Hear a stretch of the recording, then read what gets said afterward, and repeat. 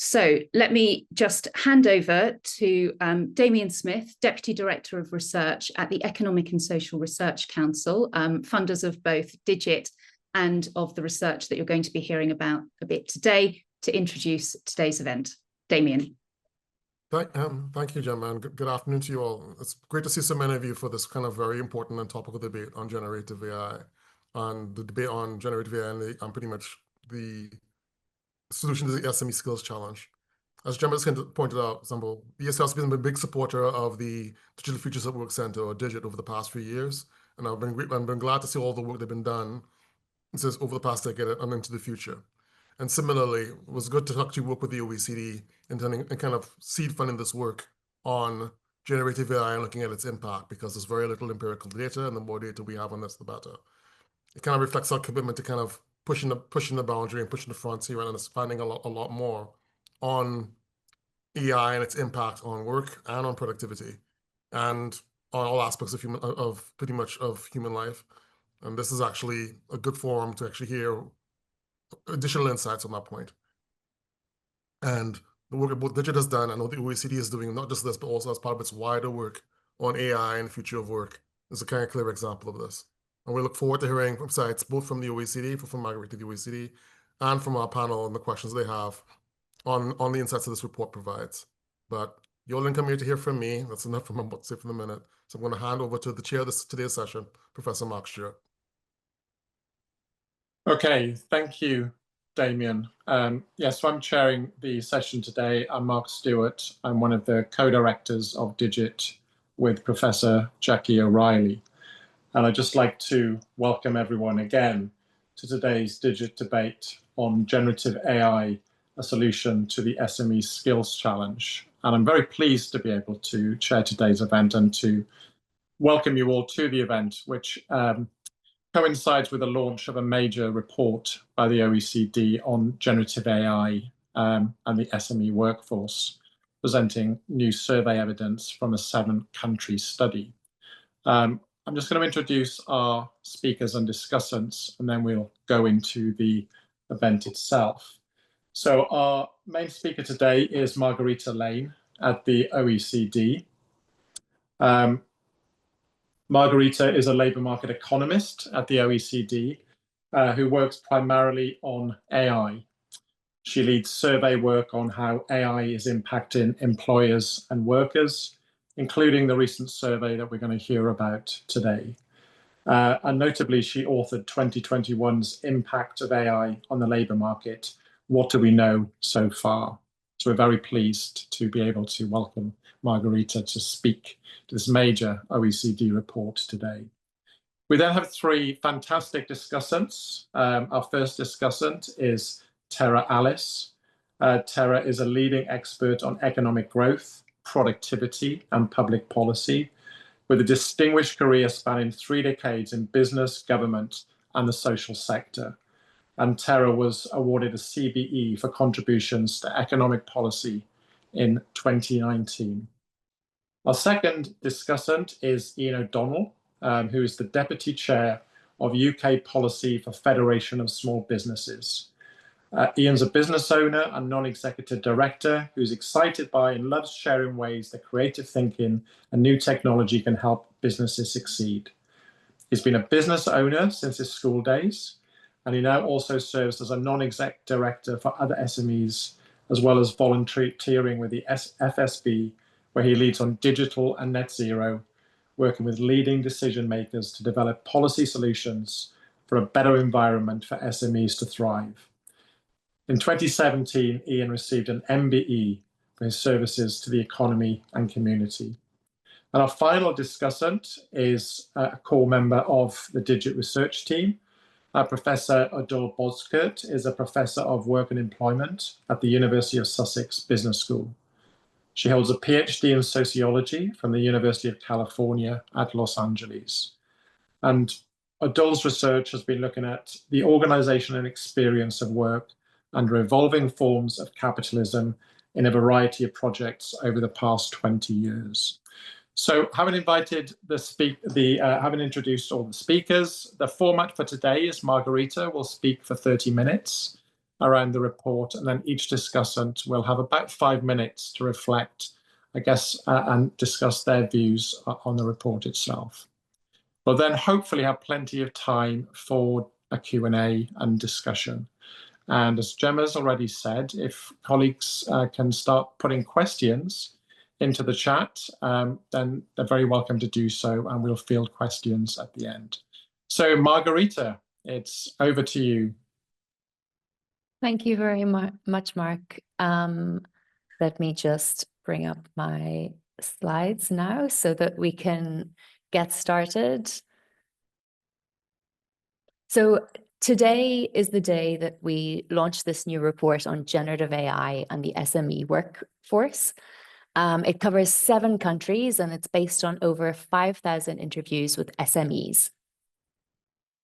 SMEs are a critical component of OECD economies. They account for more than 2/3 of all jobs, but they've always fallen behind in digitalization, and they can be particularly vulnerable to skill and labor shortages. So what we wanted to know was, could generative AI enable SMEs to achieve more by improving employee performance or by performing tasks that employees cannot do? And so you can find the full report using the QR code on the right-hand side. But I'm just going to present the kind of main findings here today. So by generative AI, I'm really talking about, AI tools that generate text, images, video, audio. I'm sure everyone on this call is familiar with ChatGPT, Copilot, Midjourney, for example. And I think what's new about these tools is that they can be accessed for free or for a very low fee relative to other forms of AI. They can be interacted with in conversational dialogue without requiring really advanced technical skills. And they don't require really complex data infrastructure. So these are a couple of things that could make them attractive already to SMEs. And indeed, we do find actually widespread use of generative AI among the SMEs that we surveyed. It's still the case that larger companies and larger SMEs even are more likely to use AI and generative AI, but we really do see widespread use. So we see 31% of SMEs using generative AI.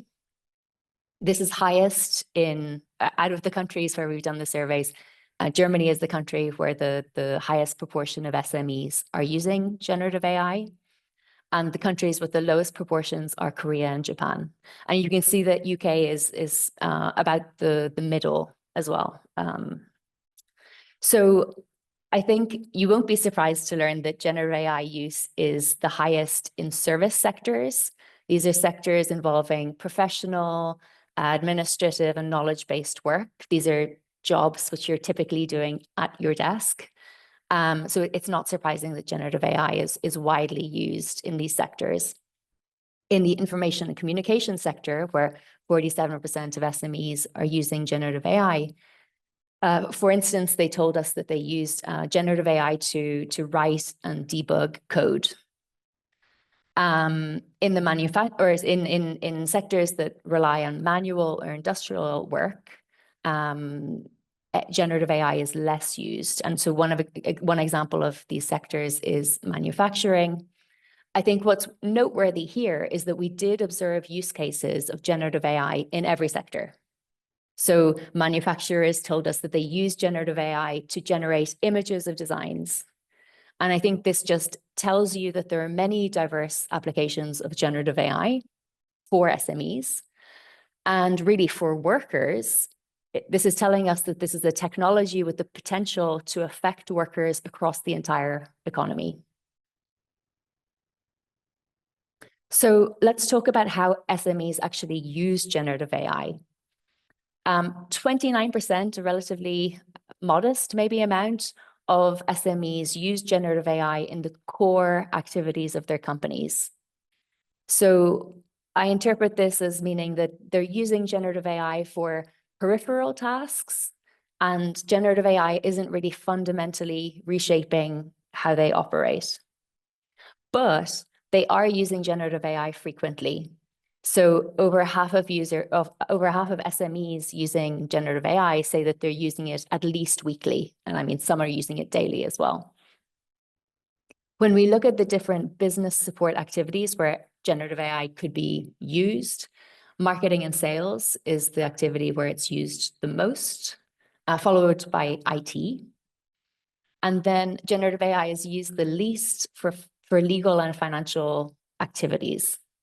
I think here what's happening is that these are two areas where accuracy is extremely important. If not, SMEs could have trouble complying with regulations, could be subject to fines, could face punishment. And I mean, I think even the developers of generative AI would acknowledge that accuracy is something that really has to be improved for these tools to be more used by businesses. Over 90% of users use generative AI to generate text, whereas, for example, 35% use it to generate images and less than 20% for audio and video. So images really does have they are using it to generate images, 35%, but the main use we're talking about here is to generate text. The main way that generative AI helps SMEs to achieve more is by improving employee performance. 65% of SMEs using generative AI said that it helped increase employee performance. And this is far more than, say, it enabled them to increase revenue, for example, which was 26%. And here in the red, we have just some figures for UK-based SMEs. So I think one noticeable deviation from the other countries is that UK-based SMEs were more likely to say that generative AI helped them compete with larger companies. 1 in 3 SMEs report experiencing a lack of skills or experience among staff in the past 2 years.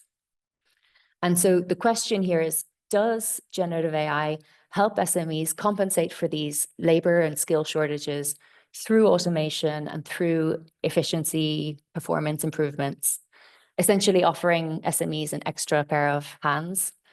Among SMEs experiencing a lack of skills and using AI, 2 in 5 say that generative AI actually helped compensate for this gap. And when we look at the SMEs that, again, experience this lack of skills or experience, but are not using generative AI, actually a very similar proportion of them said that they were optimistic that it could help them address skill gaps. So that's suggesting that there is some untapped potential. For a third of SMEs, using generative AI has reduced staff workload, as you can see on the right-hand side of the screen. And this could be referring to the entrepreneur's own workload in the case of a one-person SME, a one-person business. And you could imagine that in cases of overwork or in cases of staff shortages, this could be very welcome to have a technology that can reduce workload by automating tasks and generating efficiencies. In addition, 14% of SMEs said that generative AI had reduced the reliance on external contractors. And this could be because it's enabling SMEs to perform tasks that previously they would have outsourced. So we do see some small indications that generative AI is reducing the need for labor. But the impacts are also quite small when we look at SMEs' own staff needs.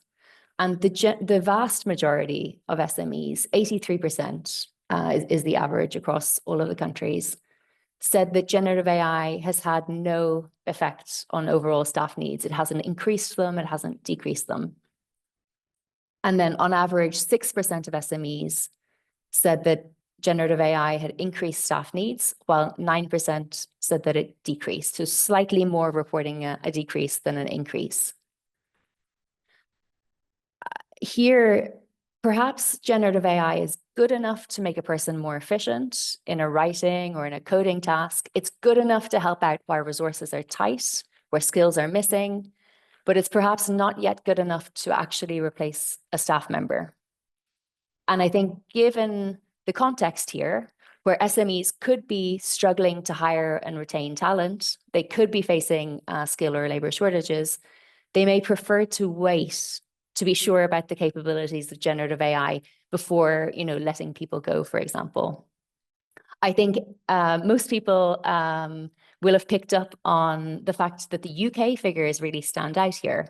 So the SMEs in the UK are the most likely to report decreases in staff needs, but also the most likely to report increases as well. Although I admit that the difference isn't huge in terms of the increases, but it does stand out in terms of decreases. Here, and I'm interested in getting the opinions of the co-panelists. I wonder whether the greater readiness among UK SMEs to adjust staffing needs to generative AI could maybe be a function of the flexibility, of the greater flexibility of the UK labour market, maybe compared to some of the other countries that we've included in this analysis. I want to make the point here that, skills are essential for SMEs to use generative AI effectively. We know that generative AI performs impressively on many cognitive tasks, but it doesn't remove the need for skilled workers. And this is shown because twice as many SMEs say that generative AI increases skill needs as say that it decreases them. So 20% approximately compared to 9%.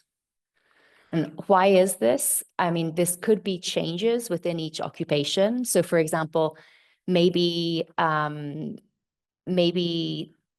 generative AI maybe more skilled, maybe a similar number of coders are required, but the coders need to be more skilled to get the best out of generative AI, for example.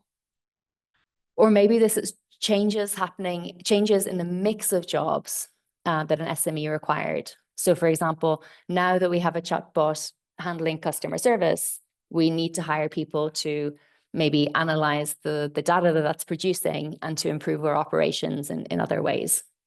So it could be changes happening in the task mix in occupations, or it could be changes in the composition of occupations for SMEs. And SMEs here in the UK were the most likely to report increasing skill needs. 39% of SMEs said that skill needs had increased. And when we ask SMEs which skills have become more important, they're most likely to say data analysis and interpretation skills, followed by creativity and innovation, then programming and coding skills. And I think this may seem a bit strange because, I've mentioned applications where generative AI can be used for coding. It can be used for generating images. And yet, when we talk to SMEs, they consider that it's still important for staff to have these skills. Perhaps there's an appreciation here for what the generative AI can do and what the human can do. The main reason for SMEs not using generative AI is that it's not suited to the type of work that the company does. And this was also the case in the UK. Then the next most reported barriers were concerns about copyright, legal, or regulatory issues. What happens to the information fed into the AI system, and concerns about employees' skills. And concerns about, for example, cost or quality were much less common. We also just asked general questions about how SMEs feel about generative AI. And most SMEs, 86%, said that they held either neutral or positive attitudes towards generative AI. only 2% of the SMEs we talked to actually prohibited its use. So we didn't get the impression that attitudes towards generative AI in a general sense are a major barrier here. But it is the case that SMEs consider that it's not suited to the type of work that they do.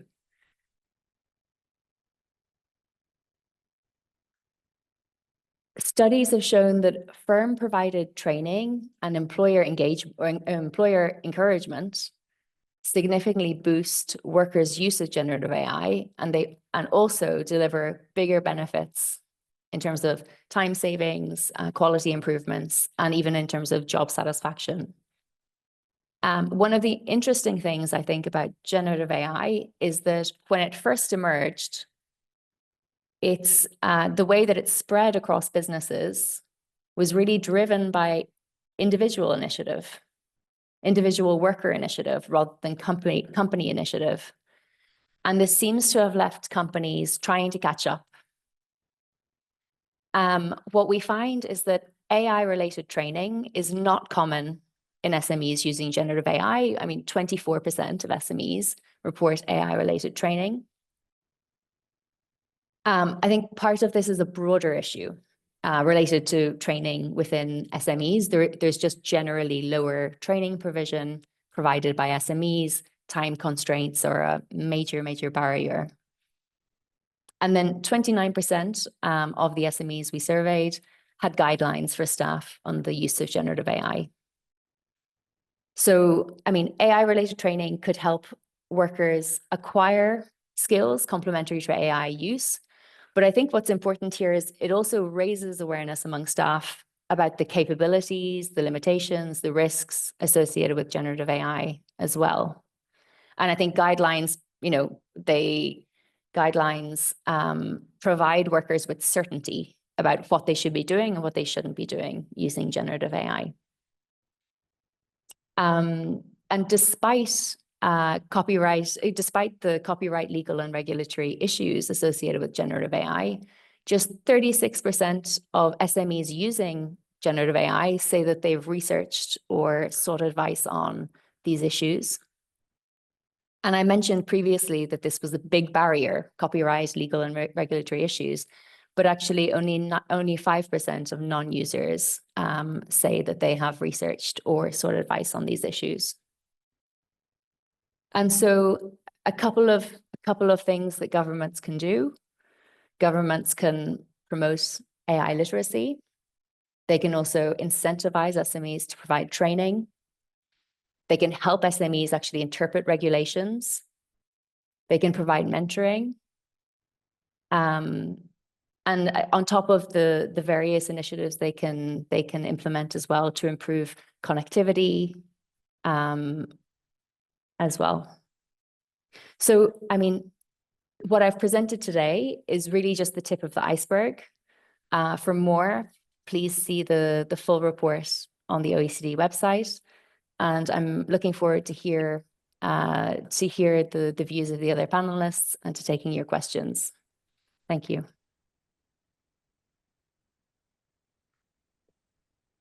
Okay. Many thanks, Marguerita, for that overview and great presentation. Well within time, which we appreciate very much. And I think you raised some really quite interesting issues in terms of the extent of use. I found the findings on staffing needs particularly interesting, and I think that could generate a fair few questions, and of course some really interesting questions on skills, as well as some nice comparative perspectives and differences in terms of how country responses are looking, which I think should generate some interesting questions as well. I just want to encourage colleagues to put questions into the chat if they have them. And I want to pass on to our three discussants, and we're going to start with Tera. Thank you so much, and thank you for inviting me to be part of today's discussion. Thank you to Marguerita for a fantastic presentation, and thank you to the whole team for putting together this report, which is absolutely fascinating. it's incredibly welcome to have this research in this space, focusing on SMEs, focusing on the skills needs, and focusing on not just productivity, but also the impact on the workforce, which I think is incredibly useful and valuable and important. But it's particularly valuable to have internationally comparable data, because that is something that we often lack in these discussions. And here we have very clear definitions and very clear data. So that's incredibly valuable. I'm going to provide a couple of observations and then a couple of thoughts on opportunities and risks and how we might go from here. So the key observations are that I think the findings of the report are incredibly consistent with what we have found in other spaces, be it with big businesses or even smaller businesses, or with other kinds of technologies, or a broader definition of AI. And the three key things that I highlight always are that potential doesn't equal adoption. It's interesting that still many fewer than 50% of SMEs have adopted these technologies, despite them being quite easily adopted, as Marguerita has laid out. Adoption doesn't lead to benefits always. And we might be on a J curve here. It takes time for these benefits to be materialized. Or, as we'll talk about in a minute, people might not be using these technologies in the best possible way. And that's an area of emphasis, I think, if we care about productivity.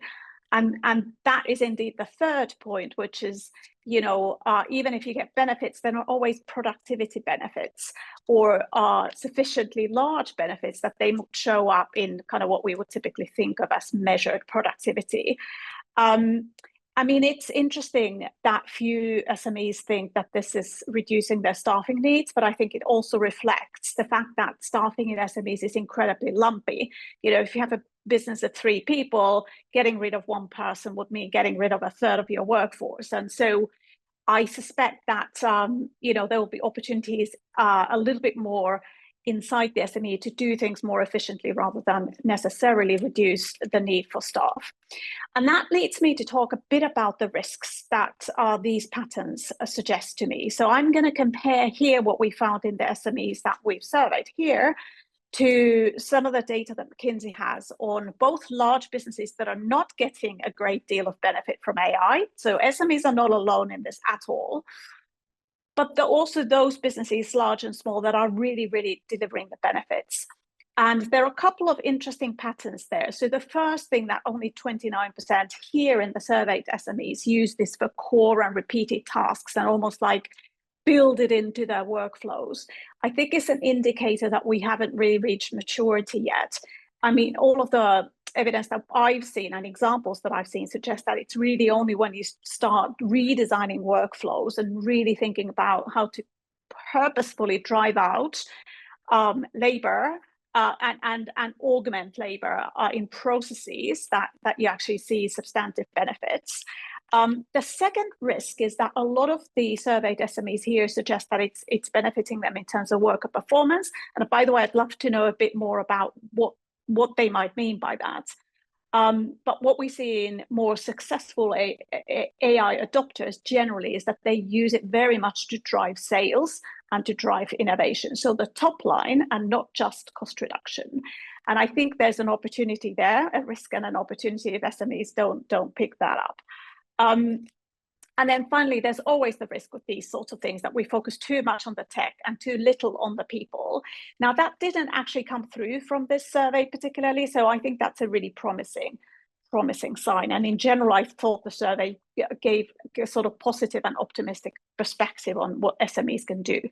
And so what are the opportunities? I think what I've certainly gleaned from the results is that there are several gaps that can be and should be and will be closed. And if they are, then SMEs can really thrive with this technology. So firstly, there's clearly still an awareness gap.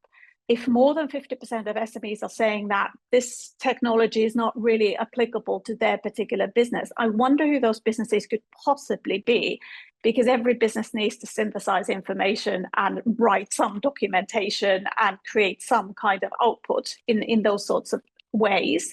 And of course, future generations of AI will be even more capable of doing more agentic tasks like that. So I think closing the awareness gap is important for SMEs to realize that there's a big opportunity here.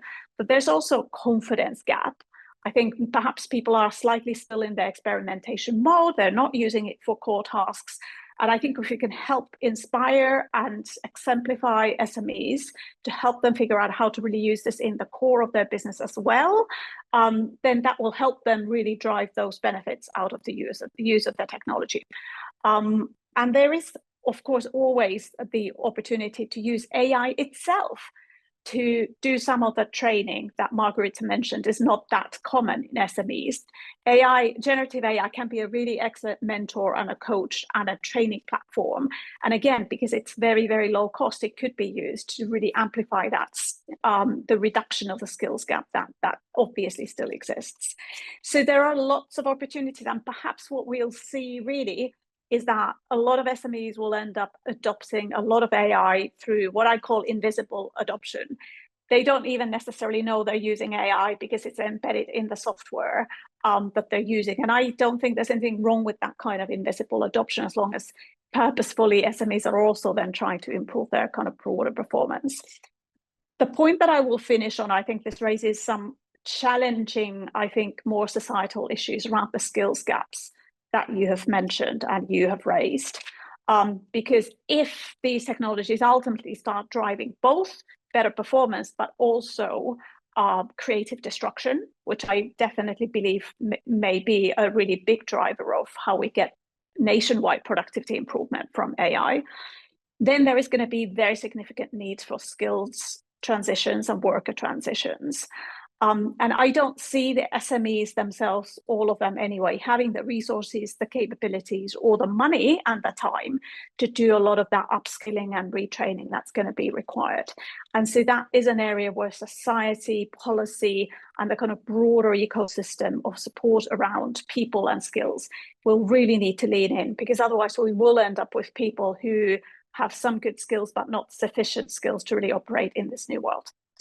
I'll leave it there, but thank you for a fantastic report and really look forward to discussing the results. Okay, thanks, Tara. Our next discussant is Ian. So Ian, over to you.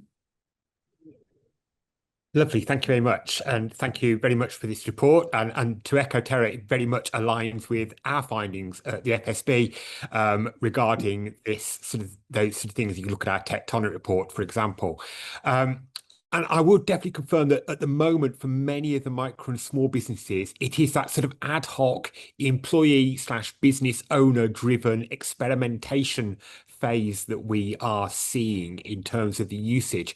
And one of the key things I think this highlights as we start to look at how we drive this forward and how, when we think of the skills gaps, it's not necessarily the skills in terms of usage of these things, but what this means for as a leader of an organization. You know, how do we start to look at our strategy, our business plan, and embed the use of AI into the thinking about our strategic workforce development, the way we're looking at product development, the way we're looking at our marketing, to not just sort of, oh, as a tool, I'll try playing around with it to see how it can help, but how do we start to build that in? And that's about a leadership challenge. And you know, this is a key challenge, I think, as we move forward in this. If we want to see big improvements in productivity, in output from SMEs as a result of their adoption of AI, the leaders of those organizations have got to majorly step up their game in terms of their personal development and their willingness to embed this within their company strategy. In terms of the interesting piece about, you know, what does this mean for the staff? Why is the UK perhaps more willing to look at AI as a tool to utilize rather than perhaps increasing staff or even with the potential of downsizing staff? And I think one of the things we have to recognize here is a set of external factors in the UK at the moment, which means many business owners are very keen to look at ways of reducing the need for a workforce, or to certainly reduce their need to employ more people as their business grows. So some of the legislation coming through around employment rights, some of the rising costs of employment that have been significant over the last couple of years, will mean there will be a strong appetite, and we know this from our surveying ourselves, for looking at alternative ways of increasing capacity without necessarily resorting to increased employment. So those are some key factors driving that. One of the things I will highlight, which we mentioned intellectual property in terms of putting things into AI, but actually a growing concern, particularly amongst the creative sector, around what's this mean for actually what we do as a business, and therefore the creativity that we have done in the past, which is now being used as a learning model for AI, as a base for AI generative output, means that actually many SMEs are quite concerned about, well, what do we therefore need to think about for the future? How can we protect our IP going forwards in this space? Is a inhibiting factor, therefore, on usage of AI. And so that's something that we need to address if we're going to see a wider adoption and a more sort of cohesive adoption of AI amongst the creative sector. And I would go back to, again, to the skills piece. There is a small amount of, generative AI, actually, for most people, once they experiment, they find relatively easy to use. What I think the skills piece is crucial here is, of course, as we use generative AI, actually, therefore, what I as an individual need to have as an employee, as a leader, is that higher level thinking. How do I take the output and make good use of that? And again, it shows that upskilling, that reskilling to make use of that is key. And are we, again, prepared to do that? So just to leave you with two things that we would say really needs perhaps government support, but certainly needs thinking about for SMEs, is a digital adoption diagnostic tool, something like that. How do we provide a tool for SMEs to look at where they could make best use of this? Secondly, digital adoption vouchers. How do we perhaps give that support on the ground for SMEs, bearing in mind that many of them lack resources to do stuff at the moment, to allow them to go on this journey? And I think as well, final comment on what Tera said about that sort of invisible use of AI. One of the things we do have to recognise is actually more and more of the tools which many SME owners are using are having AI built into them, and more and more SME owners therefore are using it without necessarily even realising they are doing so. You need to look at all the major accountancy software to realise they've got new dashboarding toolkits which are using AI to give you that information. So despite the data on your survey showing that relatively low usage within financial, I would argue that's perhaps because many of those do not even recognise it, that they are using AI as part of the digital dashboarding tools about future flow, cash flow, for example, within their accountancy software. And actually, if we want to see wider adoption of AI by SMEs, it's that invisible usage which will really be beneficial for many small businesses. So that's just a few thoughts from myself on this, but really thankful, Sue, for the report. Really useful data within that. Many thanks, Ian. So our final discussant, Dull. Thank you. Well, it's great to follow after two very informed commentators and a fantastic presentation, but also a bit difficult because there are some things that I would have liked to have brought up that's already been mentioned, but I'll try to incorporate some of these comments with a few comments that I prepared. I do bring my biases to this. We're in the UK, so talk about skills shortage. We're there, sort of in any context. I am coming at it also from an academic sort of perspective in terms of what sort of research this prompts us to pursue, but of course recognizing the very immediate real life policy implications of what the report and the comments actually alert us to. I am kind of biased because I've come out of a small project within Digit that had pretty much the same title as your report, sort of a generative AI and SMEs, except we looked at a different set of SMEs, digital and media SMEs, and I think that was a good example of the range of organizations we're talking about and the range of work we're talking about when we talk about SMEs. Yes, they're generally known to be tech laggards and they don't take up sort of technologies as quickly as some of the more established firms, but some SMEs SMEs, like the ones we looked at, specialist digital SMEs, are at the forefront, and they're vanguard, and they're more nimble, and they do it faster. So having sort of had admittedly a much smaller sort of study into that and looked into that, I think your report sort of prompts lots of inspiration, actually. So the first thing I would say is it's hugely welcome. When we did our project starting in early 24 and finishing summer 24, there was hardly any research on SMEs at the intersection of generative AI and SMEs. We're now seeing generative AI research coming through, but it's still based on more large firms that can do experiment or quasi-experimental models.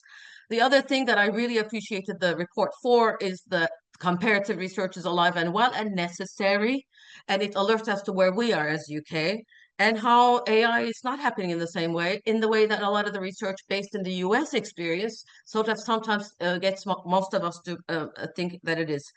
It provides us an empirical snapshot. This is very much a domain of, I was picking this up in what Tara was saying, what Ian was saying. We're very much in the domain of yet and still. So there are some things that are still unfolding, but it's so helpful, so informative to have this baseline. Now, in terms of some of the substantive comments, in terms of how SMEs are using generative AI, the way we'd approach this, the way I'm sort of thinking about this, why are SMEs using AI? What exactly are they actually doing with it? And the distinction between the core and periphery tasks that Tara also picked up on, I was interested in actually how we're thinking about this when we think about employee performance, because there's sort of the throughput, sort of the work processes that are sort of enhanced through generative AI, saving on time, etc., increasing output, etc. But there's also generative AI brought in as an integral part of the product or the service on offer. The report has some data on this, but I think that distinction is quite important, especially since I think in this technological break, we're seeing some new venture creation precisely as some firms do this intermediary work, the translation of AI capability into business-to-business services or end-user sort of services. I wonder what that means about skill, because how we define employee performance will then link to like whether skills are being augmented or sort of becoming obsolete. In micro firms, this is especially difficult. That's a research point. How do you distinguish between, I think Ian was sort of talking about this, when you have the employee is also the owner, and it's a self-employed person at times.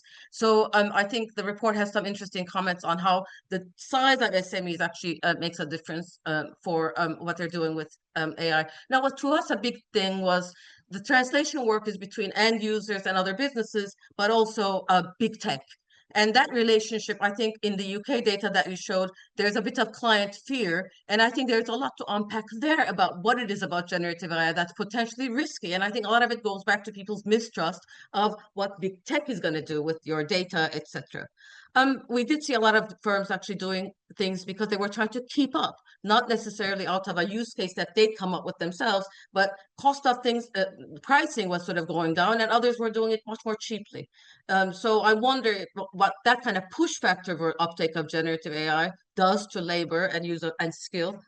My very final point on the skill, the only thing that I'm going to get across, as interpretation skills remain important, we observed a thing about what happens to young or sort of newcomers into the sector, where they're supposed to do the routine work, they're supposed to learn through experience. And this has come up in anecdotal evidence in newspapers, etc., a lot. But our research was also picking up on this, that actually it's quite good for those who have the skills to valorize and who can do the quality control. But as your report shows, there's doubts about that. Where do we sort of get the new generation of coders when they don't have to actually code? What happens next across careers as generative AI sort of takes up the sorts of things you will do on your first job? I'll leave that there, but thank you.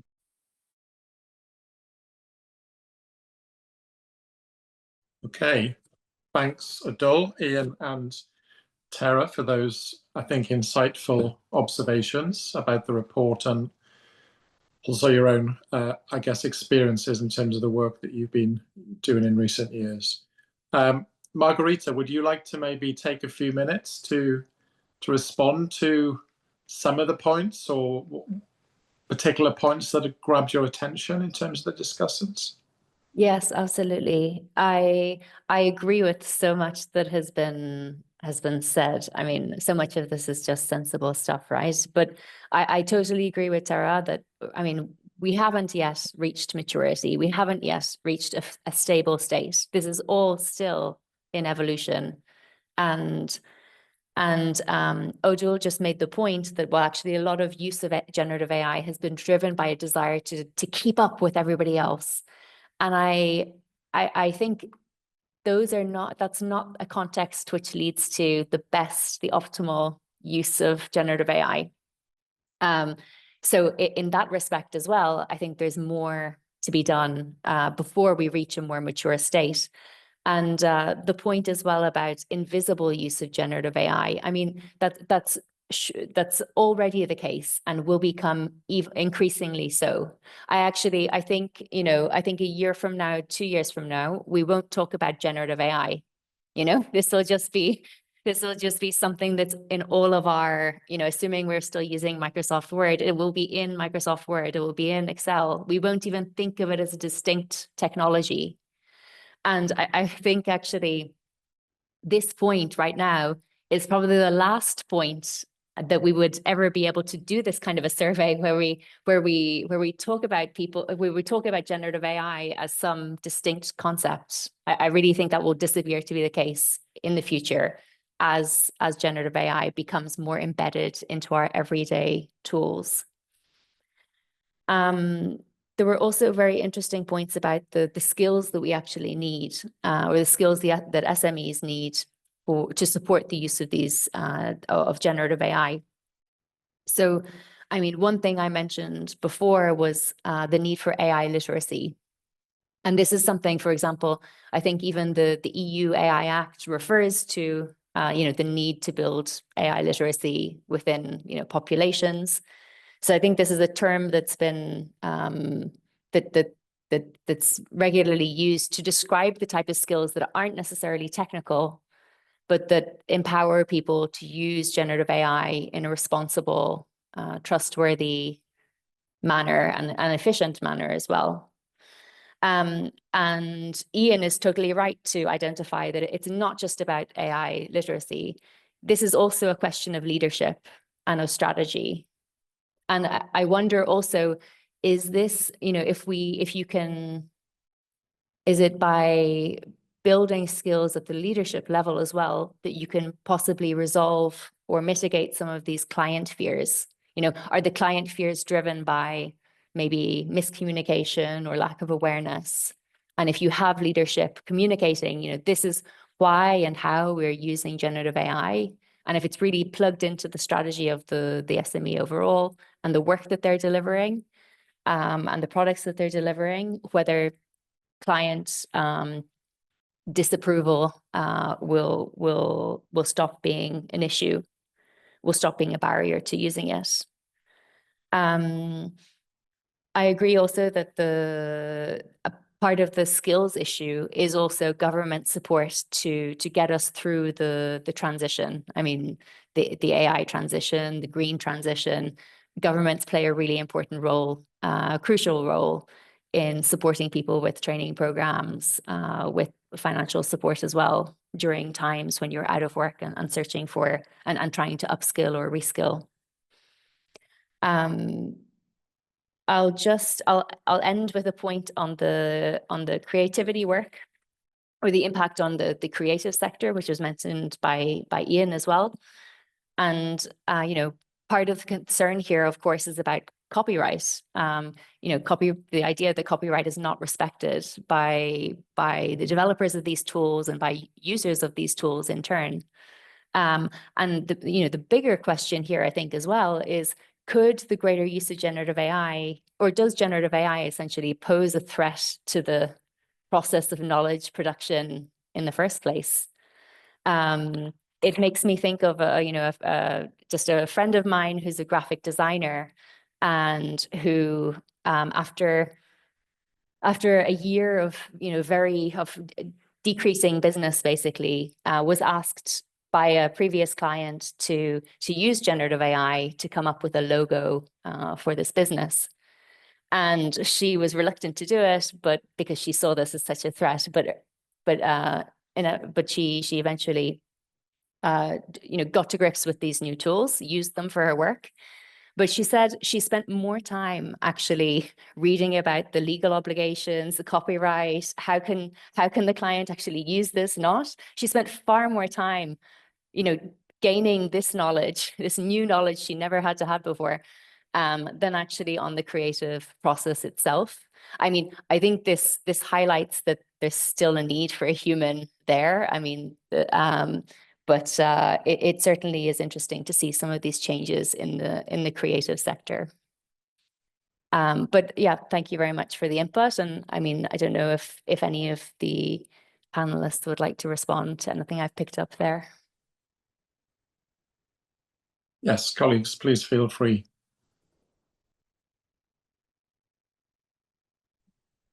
Ian? Yeah, just to briefly pick up on that challenge around intellectual property, knowledge required around change.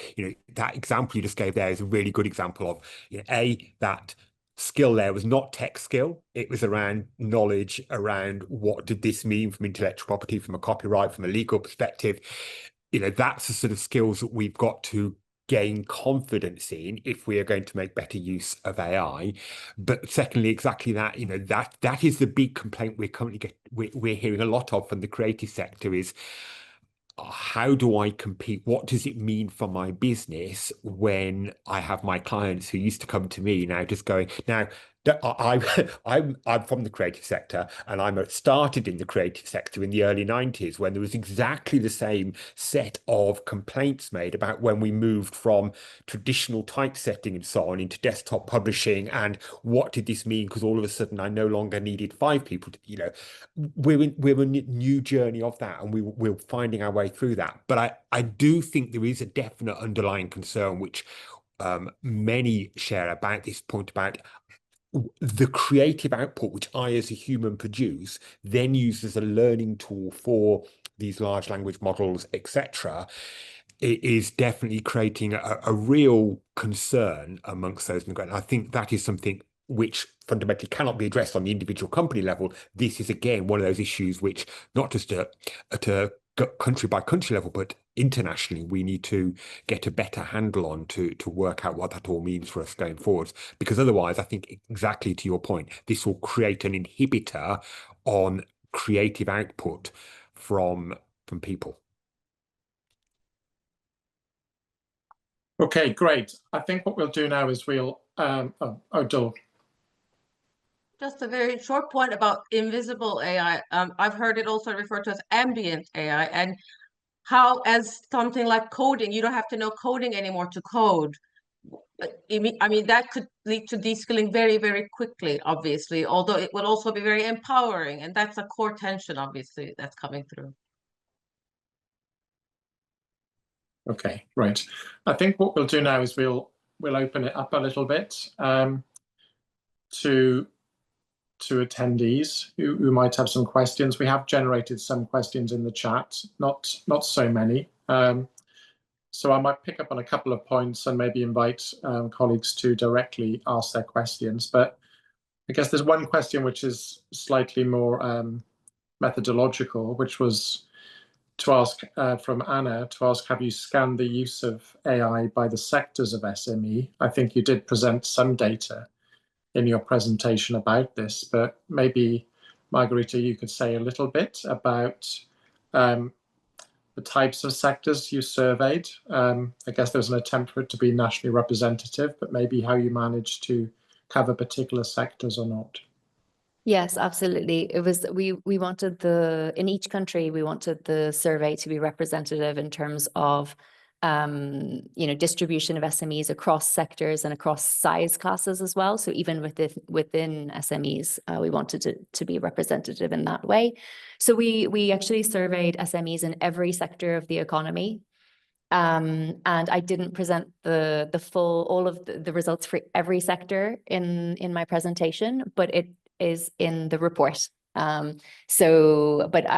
think I pointed out the main message from that, which was that we really do see higher use in service sectors, lower use in the sectors that rely more on manual skills.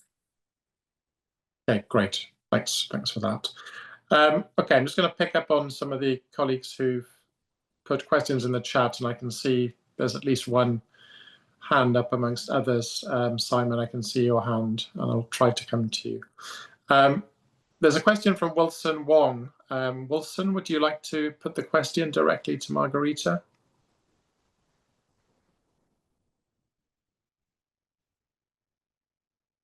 Maybe Wilson was not with us any longer. No, sorry, Okay. Sorry, I just couldn't get the button to work. Sorry. Hi, Mark. No, I just wanted to find out how much of the awareness there was about embedded AI. I think some of the discussants talked about it, but I wondered whether that was something which you or the survey had seen.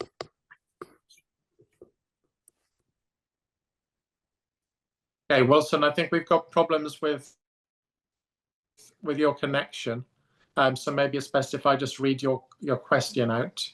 So Marguerita, Wilson's question was, how cognizant are SMEs of embedded AI in the systems and tools they use or procure in addition to Gen AI, for example, in relation to recruitment, accounting software?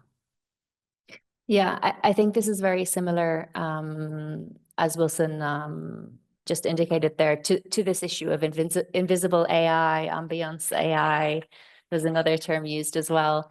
Yeah, so this is something actually that is really requiring us to, at the OECD and researchers, I think, everywhere, to think about what indicators we can come up with to actually, identify the extent to which different tasks or different elements of the economy are impacted by AI. So it's a real technical challenge to actually do that at the moment. I can see Ödül nodding her head. So I think this is just a widespread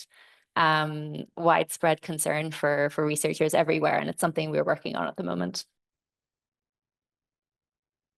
Okay, Graham from the Conference Board of Canada. Graham, are you still on the call? Would you like to put your question? Yeah, sure. Thanks so much, Mark. And thank you for the fantastic presentation, Marguerita. I just wanted to know a little bit, maybe deeper into the data. I haven't read the report yet, naturally, and wanted to know more things on the specifics of skills, training, which ones might have worked, if there was any kind of questions around that, and which ones didn't among those who couldn't kind of overcome adoption. Yeah, just speak more to that, please.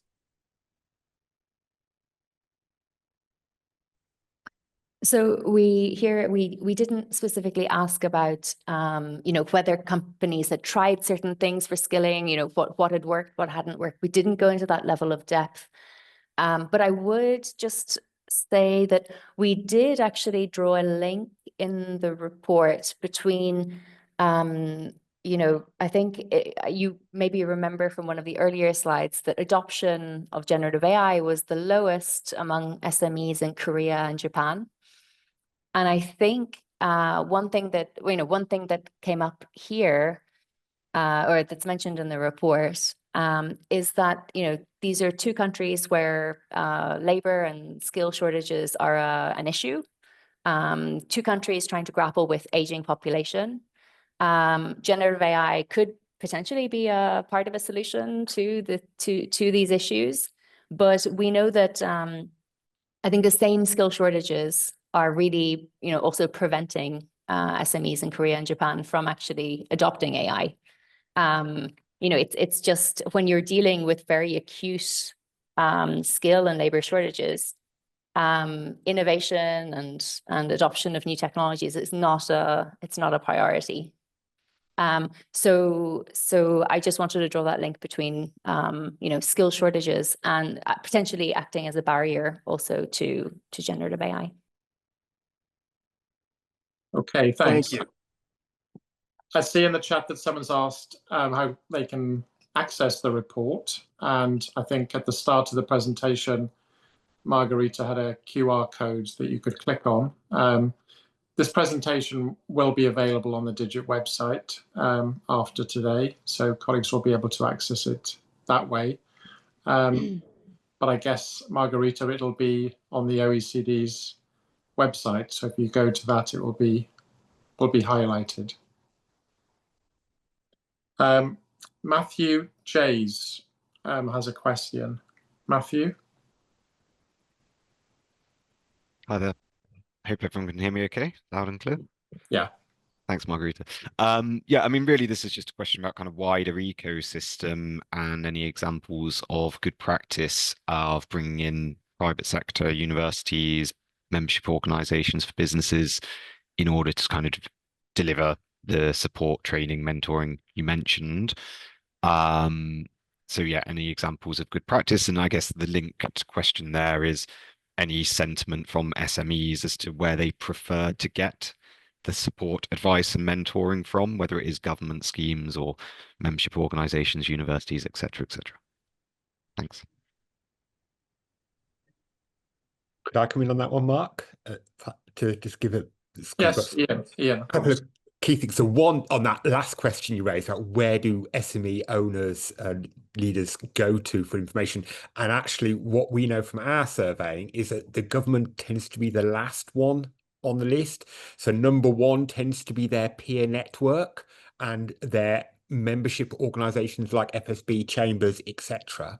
Then it's their trusted advisors, so it's accountants, your business advisors, and then you start to get into local government and then national government. So one of the key messages we've been making, if government wants to have an impact on this space, they need to work with those trusted partners, those trusted networks, because that's where SME owners are going to go to get some of this information. So I think that is really important. If we want to see widespread adoption, it can't be just by government at the top level pushing out information and messaging. It needs to be delivered through trusted networks that those businesses are already embedded into.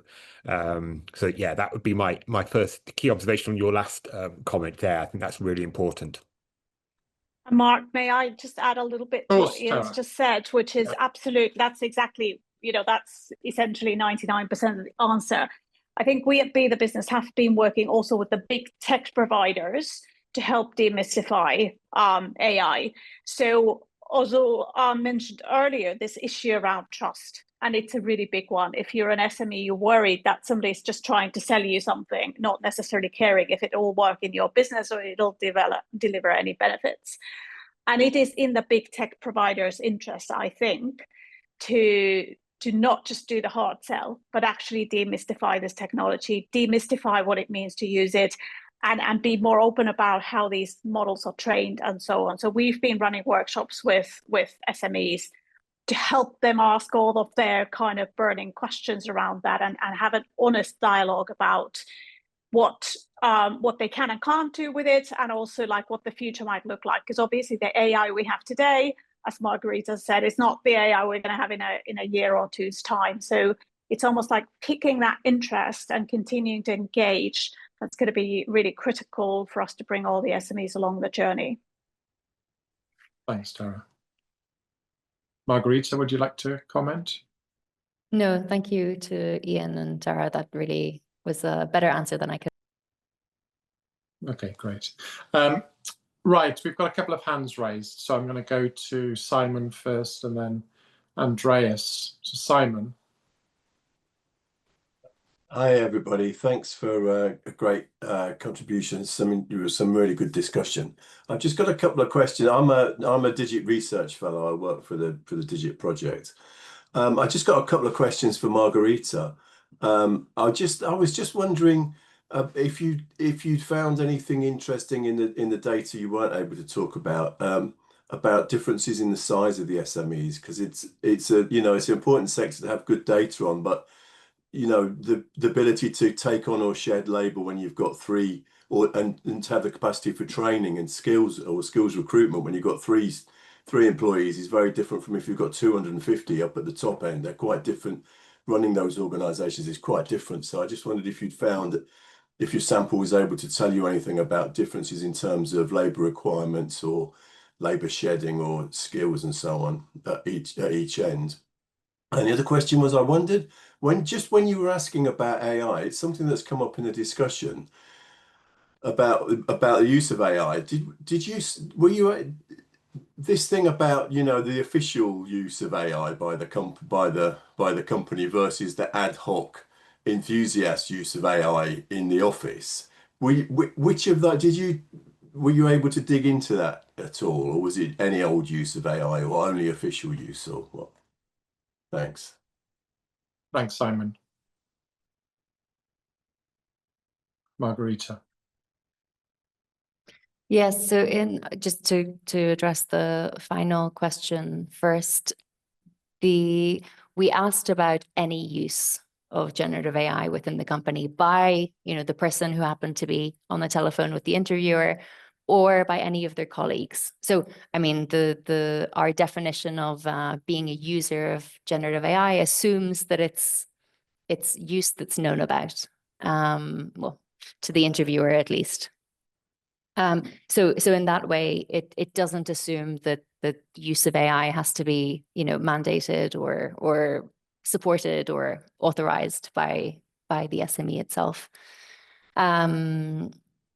And then there was a question about whether the size of the SME mattered. We do have a breakdown of some results by size in the report. I mean, it's certainly the case that smaller SMEs were less likely to say that generative AI was used within the SME. It was also the case that the smallest SMEs, like one-person SMEs, were the most likely to report benefits in terms of employee performance, maybe also in terms of increasing revenue. I can't remember exactly each one, but definitely smaller SMEs were the most positive about that case. But yeah, for this, there is more information in the report. Ian, do you want to come in here? Yes, just briefly on that. So I think one of the interesting things that Marguerita mentioned earlier was around the outsourcing, using subcontractor type change of behavior in that it's reduced that reliance. I think that's one of the things to recognize with your micro small businesses is, of course, the way you rapidly upscale or downscale demand, response to demand, or sort of a time availability, is to outsource. And so one of the interesting things here is that actually one of the ways that those sort of micro and small businesses are finding as a use of AI is, rather than therefore having to, in order to cope with increased demand, go to an external contractor, is say, well, actually, we can improve the way we can do things, utilize AI to fulfill some of that requirement and get the work out the door without necessarily resorting to an external contractor. So I think that's possibly, rather than whereas a large company might look to upsize or downsize their employees, for a smaller business, it'll be making greater or lesser use of external contractors because of the nature of the way small businesses provide services. Perhaps if I can add very briefly, Sure. I think that pattern of smaller businesses sort of seeing the results more than bigger businesses is also replicated in the ONS data. So it kind of makes sense that if you have one person, you will know exactly whether AI is being used and whether it actually delivered a benefit. And the bigger your organization, the harder it is for you to know what actually is happening.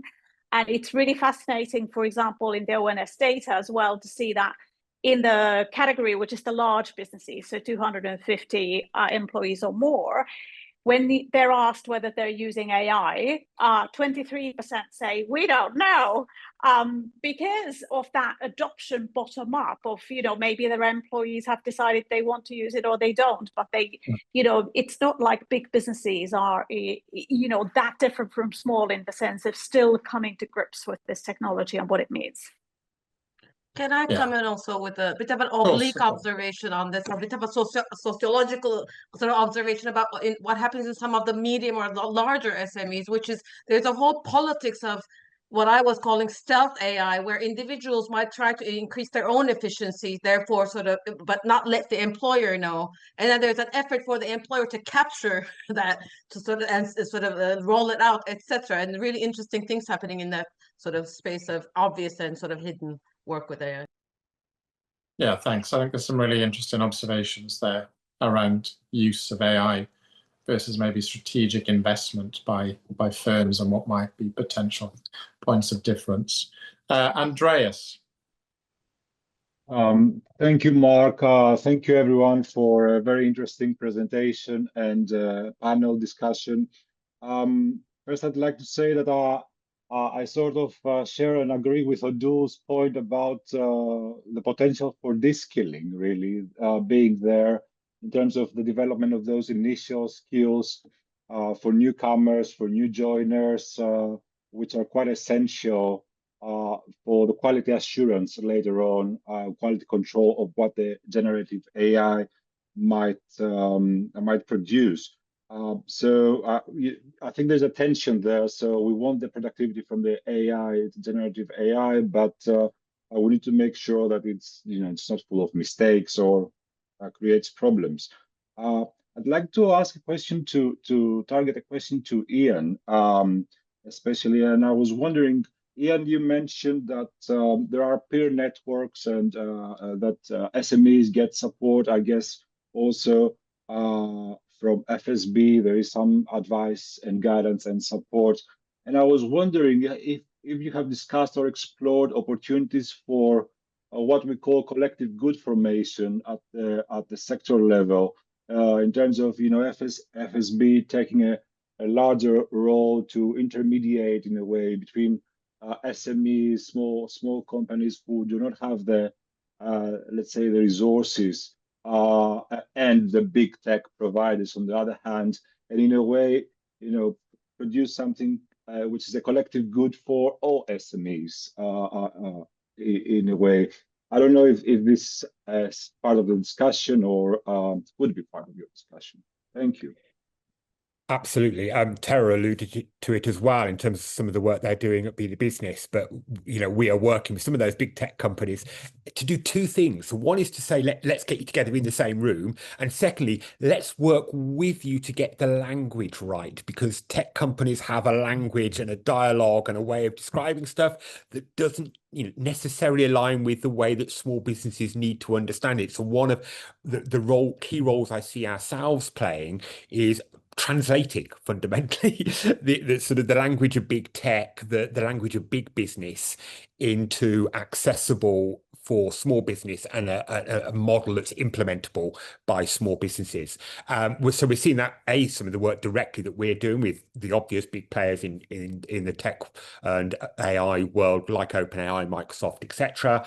But also we're seeing that in terms of various collaborative networks forming to sort of allow these conversations to happen. And one of the other key things we're having a conversation, actually not just around the AI space, but also around the sustainability space, for example, is how do we work in the verticals within supply chains to say, the knowledge is there at the top of the supply chain, the top of the supply chain has done some great work on this. How do they work with their supply chain in order to build a resilient supply chain by sharing that knowledge, sharing that capability, because they will have the expertise specific to that supply chain and be able to talk in the language of their supply chain to allow that collaboration to happen. So I think there's a really good, important role within supply chains, within verticals, and there is also that important piece about big business having a translation organization, if you like, in the middle to take big business, big tech to conversation and apply it and make it accessible to SMEs. So I think that's really important.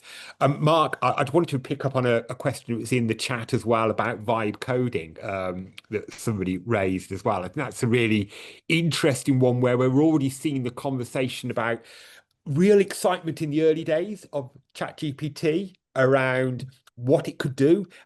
It can write code for us. And then a sort of realization really in the last 3 or 4 months, I would say, this conversation has happened, which is, oh boy, what this is producing is heavily bloated code that actually takes as long to debug as it would have done to write it properly in the first place. And what does this all mean? So, a really rapid transition from excitement to actually there's some real set of problems that we need to deal with if this is going to work for the long term. Early adopters already perhaps at a stage where the rest of us are still getting to. They're already sort of wrestling with the end of that. So I think that's a really interesting place to continue to watch, because I think it's not to say that vibe coding is necessarily a scam or that it's necessarily complete rubbish, but it's a recognition that where it does require, again, it goes back to that skill piece. What skills do we need to make sure we can use AI within the coding process? That is those higher level skills. How do we correctly instruct, etc., etc., etc.? This is not tech skills because these people are already tech savvy. It's around the way you utilize AI in that journey. And it'd be really interesting to continue to observe that space to see where they get to, because they are on the whole, on the vanguard of some of the usage of AI. So I would definitely say that's a space to keep watching. Can I also add something on this issue around the de-skilling and the challenges there? I want to sound a slightly more optimistic or positive note, but that's partly because I'm an eternal optimist. But, you know, we lost the skill of bread making at home. It's not a big deal, right? We still have scientists who know everything there is to know about bread making. And if I wanted to learn bread making, I just talk to ChatGPT and I can learn it in a day or 2 or 3 or whatever. So I think skills can be lost and we can get these skills, but then we can use these exact same technologies to rapidly upskill people as well. And so I wouldn't think about it as a kind of black and white. I do think that means we absolutely need to have those higher level skills that Ian's just mentioned at almost like the supervisory level, you know, who's going to tell the AI what to do and how to code and how to quality control the AI itself. But I think we will find a way of teaching people how to pattern recognize and to interpret data and information and be critical thinkers, even if they don't do it in the same way they did it 10 years ago at an accountancy firm or, you know, in my case, at a consultancy firm. There will be other ways of teaching that thing to people and maybe even more efficient ways of teaching it with AI. Just to quickly add to that, I've got a 14-year-old son who is, I would guess you'd describe almost as an AI native. You know, he's grown up as he started secondary school with a world of AI starting to appear, and watching him and the way he uses AI as a permanent window on his desktop when he's at his computer is fascinating to watch. And I think, you know, there'll be a really bit of interesting research, I guess, to do around, you know, how are 14 to 16-year-olds making use of AI and what does that mean in terms of their the way they approach it, because, you know, some of that innate, the stuff that we're wrestling with here, he's sort of almost done instinctively because of the way he's growing up with it. And that's a really interesting thing to watch as well. Okay, thanks. We have no further. Okay, we have one hand has just gone up. By Zahira. Yeah. Thank you very much. A really interesting discussion and also excellent presentation. I'm concerned about the diversity within SME. So just out of curiosity, I would like to ask Marguerita. So in your report, do you have differentiation about those or data about immigrant entrepreneurs and or those SMEs who engage with international business? Because I'm thinking that when we talk about why people use AI and how they use it and what's the barrier for using AI, I think there could be different elements because it involves international elements. And also when it comes to policy implication, you might make different suggestions. So just out of curiosity, thank you. This is a really interesting question. In the report, we only looked at diversity in a very, very limited sense, which was that in the case where the business was a one-person operation, we actually asked about the gender of the person. And, you know, we had seen so much research, including, you know, OECD research as well, that it showed that women were so much more likely to engage with generative AI than their male colleagues, that we were convinced that it would be the case that the female entrepreneurs would be less likely to use generative AI. But actually, there was no difference. And we had, I think it's not in the final report because we just couldn't reconcile the result with all of the literature we had read. We wondered if there were selection effects going on there. So in the end, it's not reflected in the final report. However, I do think this is a really interesting point about if I can talk about like diversity in terms of the type of, you know, skills and talents that we have in the workforce. I think I'm actually very positive about the idea that generative AI can enable SMEs and businesses to accommodate a more diverse set of skills. And this is because work I'm doing at the moment is about how neurodivergent learners are using generative AI in learning, but also in the transition to work. And so this is covering, for example, learners with dyslexia, learners with ADHD and autism. And, you know, AI, we shouldn't forget that generative AI is an extremely good writing assistant. And, you know, if you're a young person with dyslexia adapting to, you know, a new job, in the past, getting the support that you need to actually be able to write required going to your employer and just, you know, providing your diagnosis, asking for them to pay for access to a writing assistant. And it's not just about the generative AI, you know, provide that now for free. It's also that you're not the only one in your office using these tools. All of your colleagues are using them. And so, you know, it's really powerful that we have generative AI as a writing assistant for everybody.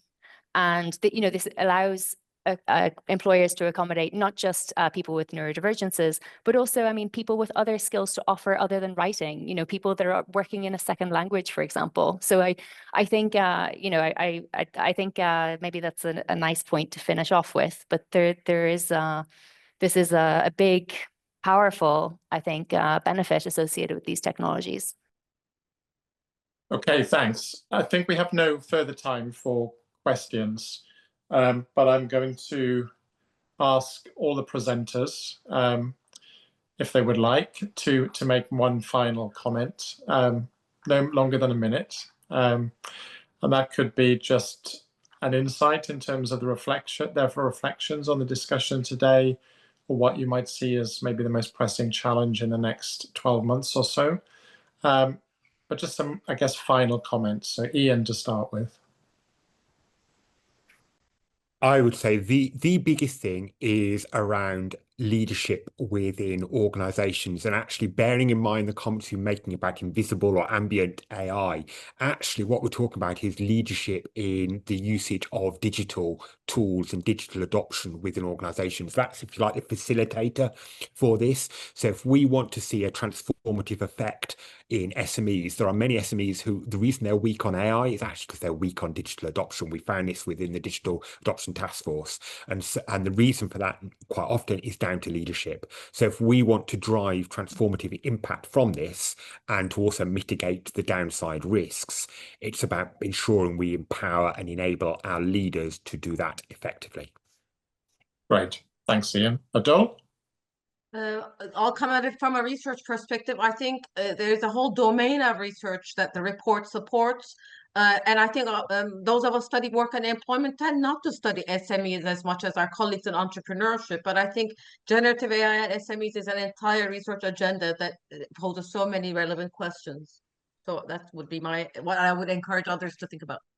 Okay, great. Tara? So first of all, I agree, but with both of those wholeheartedly. I think if I were to add a third thing, it would be around awareness building and demystifying both generative AI, all of its different kind of uses that we've talked about. You know, we've sort of opened up to all the different ways in which you can use it, and there's probably more that we haven't even discovered. And I think it's a shame that so many business leaders don't think it could help them. And how do we overcome that kind of awareness and confidence barrier, I think is a big opportunity to unlock quite a lot of opportunity for both businesses and then the people that they employ. Great. And final comment to you, Marguerita. Yeah, thank you so much to everybody today. There was so many. I was really inspired by the discussion that followed. So thank you. And I think it's been great as well to see so many people excited about data collection in this very rapidly evolving environment. It can be difficult to keep up, and the terms that we're using are even evolving so fast. Somebody told me recently that nobody talks about agentic AI anymore. That's already been and gone. Vibe coding, I guess, is gone, and prompt engineering is gone. Things are moving so fast that it's really important to stay on top of all of this. So I'm thrilled to be able to share the report and thrilled by the conversation that we've been able to have. Thank you. Great. Well, thanks to all our presenters today. So thanks, Ian, Tera, and Ödül. Particular thanks to Marguerita for presenting this OECD report, and I guess, for sharing the report with us, given it was launched only today. I hope it's widely read and has significant impact. So thanks to all of you.